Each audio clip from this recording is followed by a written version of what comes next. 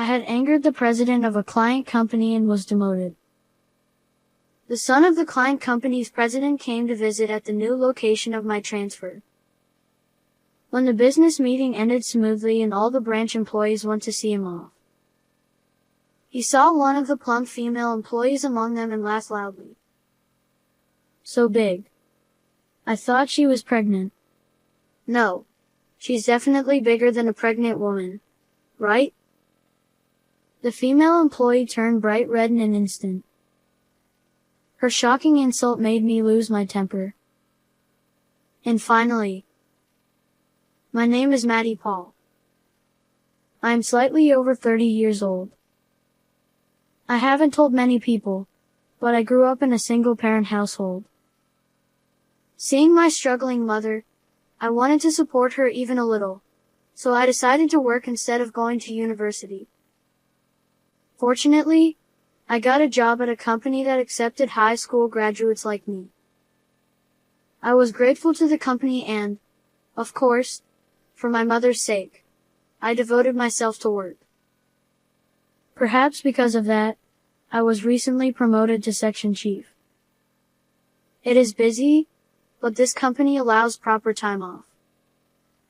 So I went to my kickboxing gym on weekends, worked out, stayed healthy, and made sure I could support my mother in the best condition no matter what happened.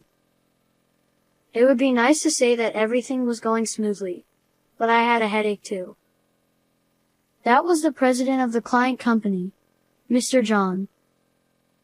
Naturally, I had dealt with various people before. Some were difficult to handle, but I always tried to respond sincerely, always remembering that I was working on behalf of the company. Even I was worn down by Mr. John. Mr. John's company was a major client, and I couldn't handle it carelessly. However, sometimes I felt like I wanted to hit him with a file when he was in front of me. Hey, get those 10 cases by this afternoon. I'm sorry. Ordering that amount now and delivering it by this afternoon is a bit.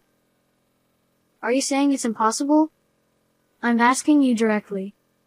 Well, if you can't handle it, I'll just ask someone else. Probably, someone else would say it's impossible too. Even though I thought so internally, I somehow managed to lower my head while holding the phone, flattered the president, made him feel good, and succeeded in extending the deadline to the next day. Such things were just the beginning. At one time, Mr. John suddenly canceled an order he had made with his own mouth the day before. I don't remember ordering such things. Cancel all of it. And said, "Hey, what's up with the mid-year gift this year? It's just dry cookies. What cheap stuff did you use? Send something better. The new female employee you brought the other day. She's pretty good. Have her be in charge of our account from now on. Hey, I told you to change to a woman, didn't I? Why is that hot-blooded man here? Can I work seeing that face in this scorching hot season?" He was getting more personal. At this rate, it was beyond the scope of work. I thought I should curb Mr. John's behavior early on. So one day, I firmly refused Mr. John's unreasonable request. "I'm sorry. It's impossible." "Impossible? Do you think it's okay to lose our business with us?" "It's impossible if it's impossible. If you think about it normally, you should understand that it's realistically impossible." I calmly let Mr. John's furious anger on the other end of the phone pass. I thought that allowing Mr. John to continue his wayward behavior would not be good for the company. Unfortunately, the higher-ups in our company didn't seem to think so. The next day, I was called in by my superior. "You're being transferred, Maddie." Transferred? Mr. John is furious. That company is a major client for us. Do you know how much damage it would be if we lost the business? Such a thing. I bit my lip. However, there was no way to overturn the higher-ups' decision. Looking at the destination, it was a blatant demotion. I lowered my shoulders and received the transfer order. The new location was far from home, and I was worried about my mother. Of course, I made sure my mother wouldn't know it was a demotion, so she probably thought it was just a change of workplace. Remember your initial enthusiasm at the new place and do your best. Recalling my mother's smiling face as she sent me off, I was feeling gloomy when. Here you go. This is for you, Maddie. A very gentle and kind voice was directed at me. When I came to my senses, the female employee had somehow appeared beside me. She casually placed freshly brewed coffee on my desk. And the female employee smiled brightly. Maddie, it must be quite stressful since you just arrived. It's said that working with some breaks can increase efficiency. So, I think it's okay to take short breaks. Oh, Diana. Is that a recommendation to slack off? Is it okay? Oh. Luke, you even had a discussion about this topic with me the other day. You're being so mean. Ha ha. Since Diana is so nice to Maddie, I got a little jealous. The male employee's loud laughter filled the office with laughter. In the center of it, Diana, the female employee called by name, turned a little red but, noticing my gaze, gave a gentle smile. Maddie, everyone here can be a bit mean, but they are good people. Please rest assured. Diana is the employee in charge of general affairs in this branch. Although general affairs seem omnipotent, in this small office, it is confused with being a janitor. Even though she has proper administrative tasks as part of general affairs, she is asked to do miscellaneous tasks by other employees. But Diana handles it without a single unhappy expression. Her smile is the flower of this office. In this unfamiliar place, I was saved many times by her smile and thoughtfulness. One day, the female employees were gathered and excited about something. Hey, are you definitely wearing a dress? I'm going with ultramarine. I'll wear ultramarine. I'm going with pink. Wow, being so bold at that age. I'm thinking of white and yellow. What about Diana? Well, It seemed to be about the night festival that was supposed to take place in the park tonight. Diana, who is liked by the female employees, always participates in female talks, but she seemed unusually down today. When asked, she looked down for some reason. I'm okay. Diana. Are you not coming again this year? It's fine, really. Don't worry about it. That's right. We'll pick out something that suits you properly. Thank you, everyone. But Diana smiled modestly. After all, you see, I'm overweight. I couldn't lose weight this year either. She playfully said it was a punishment. Yes, Diana is quite plump. Moreover, the problem is that this office happens to have many slim people, making her stand out even more. I became concerned about Diana. It's a well-known fact that Diana is very conscious of her body shape, and although she is usually bright and positive, she seems strangely embarrassed about that topic, which always bothered me. It seems Diana didn't participate in the night festival. A few days later, seeing Diana not touching the snacks brought in by someone, I said, Diana, while your intentions are commendable, don't overdo it and endure too much. Thank you. But I really can't lose weight. Her sad voice tightened my chest. I spoke in an angry tone without thinking. That's not because Diana isn't trying enough. Maddie. I understand from going to the gym. People's bodies are determined by their constitution, whether they gain weight easily or not. Many kickboxers struggle with this. Oh, no. Noticing midway, I hastily cleared my throat. It's rude to talk about such things to a woman. I'm sorry. No, it's okay. Diana chuckled softly. I'm happy. Thank you, Maddie.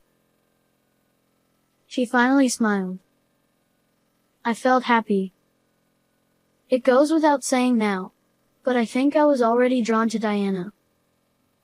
However, Diana is strictly an employee of this branch. Worrying about my mother and wanting to return to the head office made things complicated for me. By the way, there is no kickboxing gym around this branch. I had to practice on my own, but it felt unsatisfactory. But still, seeing Diana's smile made me feel that things will work out somehow, and it was strangely reassuring. So, I began to think that the demotion wasn't so bad after all. Eventually, when I started working harder than when I was at the head office. Mr. John's son is coming. He's coming here? Yes. It seems he's going to set up a branch here as well. We will be handling that transaction. Yes. It seems they plan to open a branch here too, and our office will handle the transaction. I see. Maddie, I know why you were transferred from the main office to here. Don't worry. I'll make sure you're not assigned to this task. Oh, no. I'm sorry for the trouble. I apologized and bowed deeply to the branch manager. I never imagined I'd have to meet Mr. John's son now. Though it was mainly the father, Mr. John, who caused me trouble, people often said, like father, like son. His son was the epitome of an incompetent successor, and as far as I knew, he showed no interest in work. He supposedly held a position, but all I ever heard were rumors of him fooling around. Still, I had dealt with him a few times when he accompanied his father. I liked this branch. So, I couldn't help but worry, and I gave some advice to the person in charge ahead of time. Perhaps it paid off. I only came to this backwater because my dad told me to, but it's not such a bad place after all. I'll tell my dad and the branch manager. By the end of the meeting, Mr. John's son was in a good mood.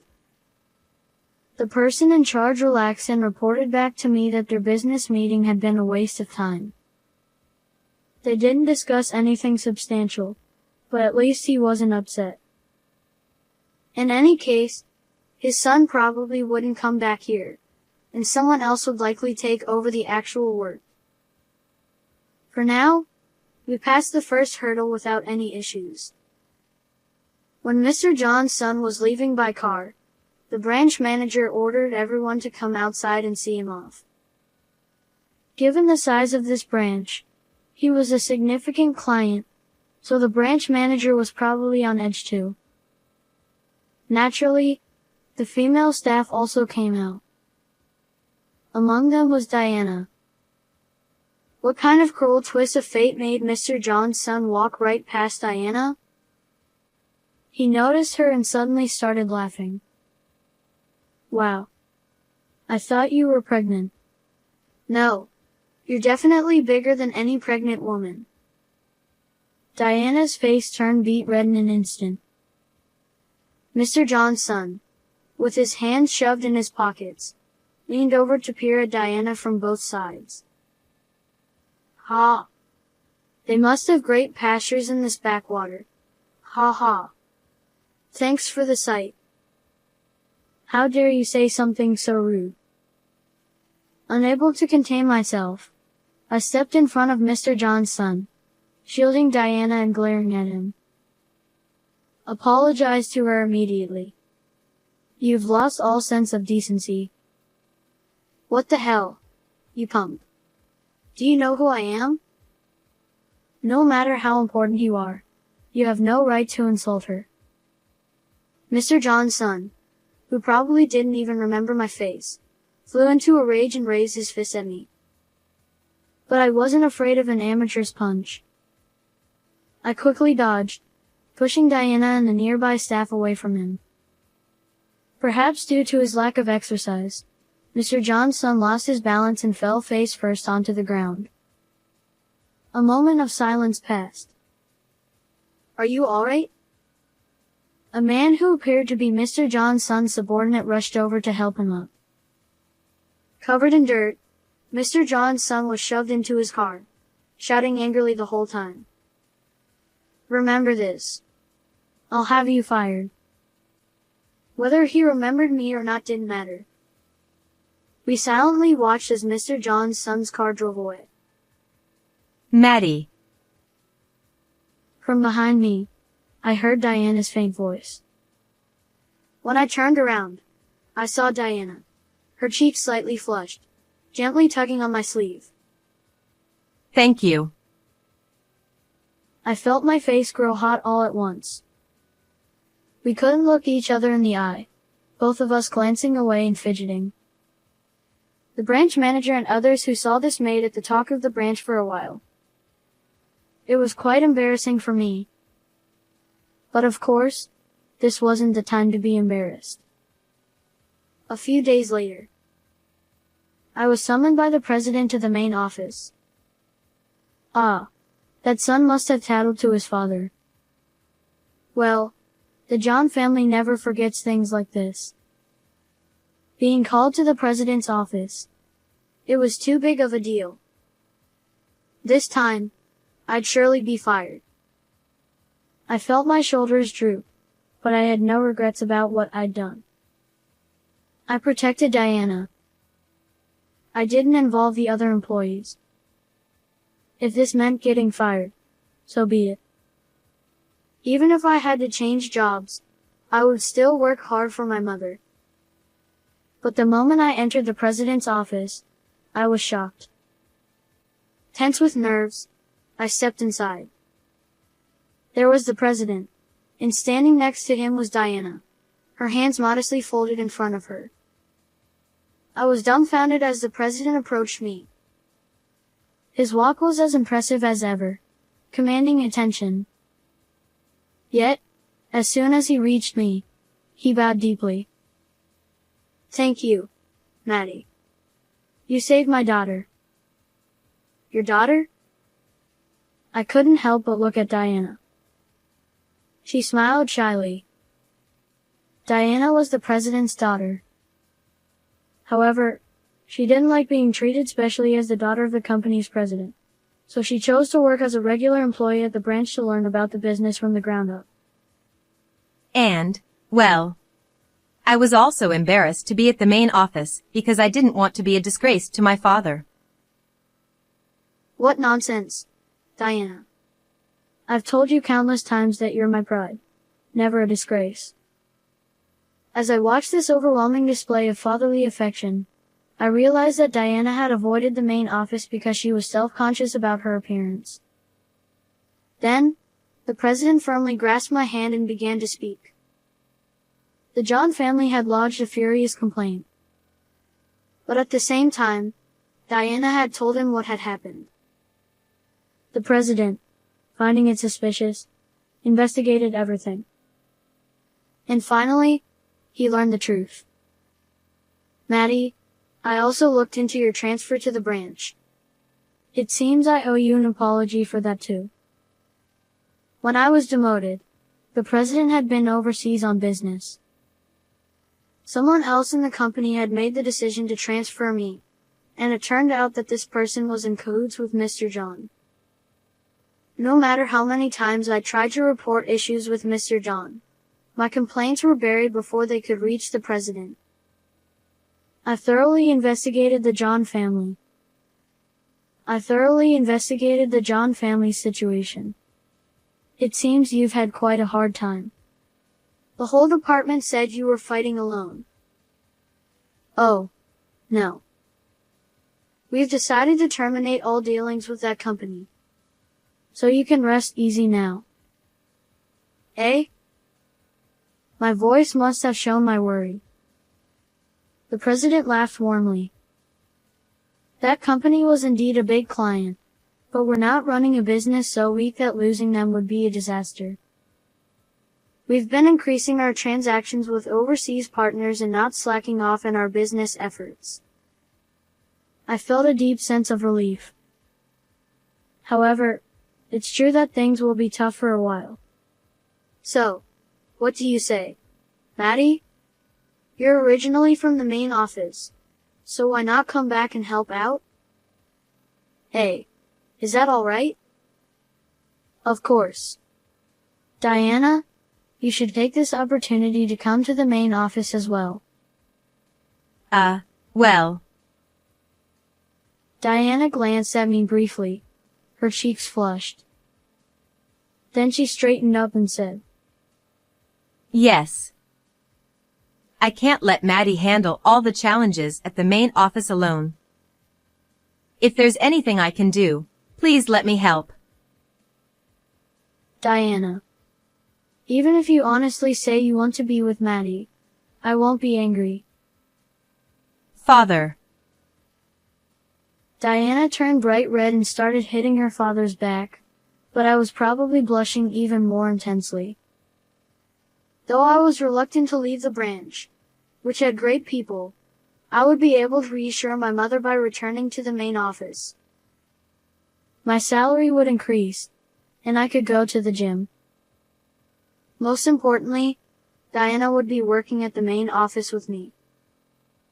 Even if we weren't in the same department, the arrangement was more than enough for me. Meanwhile, John's company, cut off by us, faced rejection from various other places as well. As a result, their company has been on a steady decline. Even Mr. John's son, who had been fooling around, reportedly got banned from various places. He likely no longer had the luxury to play around as he once did. Recently, I had even more to be happy about. Maddie, I've decided to send Diana to your department. Teach her the ropes thoroughly. Yes. Leave it to me. Thank you. Diana bowed solemnly. As she was technically my junior in the company, she often took a formal attitude around me. But that wasn't enough for me. After the president left, I mustered the courage to ask Diana. I got movie tickets. Would you like to go together? Diana blushed a little. Yes. I'll do my best to wear my new dress. You'll definitely look great, so don't worry. Stop it. You haven't even seen it yet. Still, Diana smiled happily. Her smile was what rescued me from the hardship of my demotion. Now it was my turn to protect her from the difficulties of working at the main office. Next time, I want to see you doing kickboxing. Sure. If you stop using honorifics with me. We chatted like that, smiling at each other. As for what happened next, I'll leave that to your imagination. How did you like this story? Please don't forget to subscribe to the channel. See you in the next video.